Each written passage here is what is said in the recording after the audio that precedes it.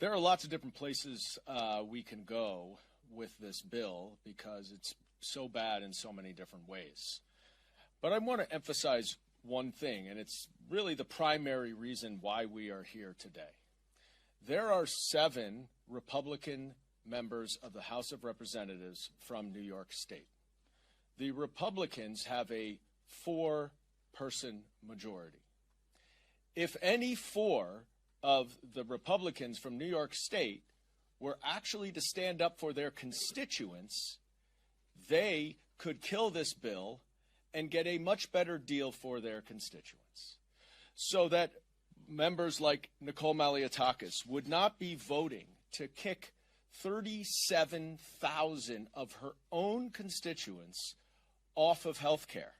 This, after she had said on April 14th, and I quote, "I cannot and will not support a final reconciliation bill that includes any reduction in Medicaid coverage for vulnerable populations."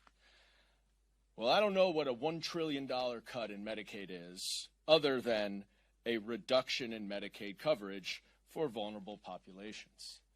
And it doesn't end there, of course, because we have the SNAP cuts.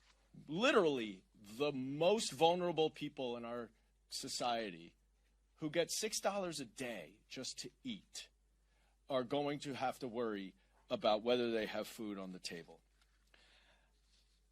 I'm just going to focus on 2 other issues that haven't been touched on yet because I think they're very important. The first is the rollbacks on the Inflation Reduction clean energy subsidies.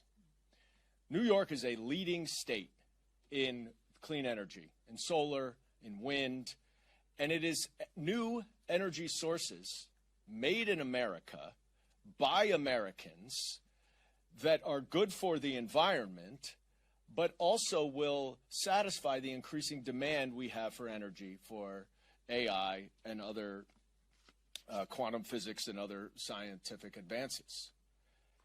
But notwithstanding the fact that we are a leading state in that, this bill rolls back significant portions of those clean energy subsidies.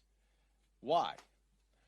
Well, you may remember the reporting on the campaign trail when Donald Trump met with oil executives. And he said to them reportedly, "If you all give me $1 billion, I will take care of you." Well, they gave about $500 million. That's public. We don't know how much in dark money over the last cycle. And here, Donald Trump is taking care of them.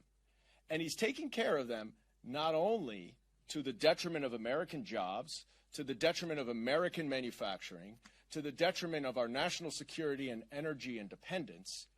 He's taking care of the oil executives over his own voters because the vast majority of money from those subsidies has gone to Republican states and Republican districts. That sums up this bill in a nutshell. Donald Trump is selling out the American people for oil executives and billionaire donors. And the last thing I'll just touch on is that notwithstanding all of these cuts to critical programs, this budget increases ICE's budget by more than 3 times.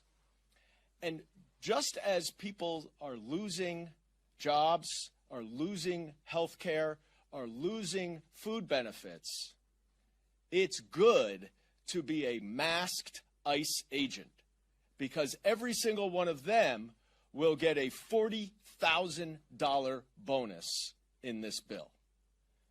This is cruel, it is unusual, it is inhumane, but most of all, it is un-American. And if 4 Republicans in New York alone would stand up and say no because of the devastation and havoc it is going to wreak on the state of New York, this bill will not pass. The people holding out, though, are not any of the New York Republicans right now.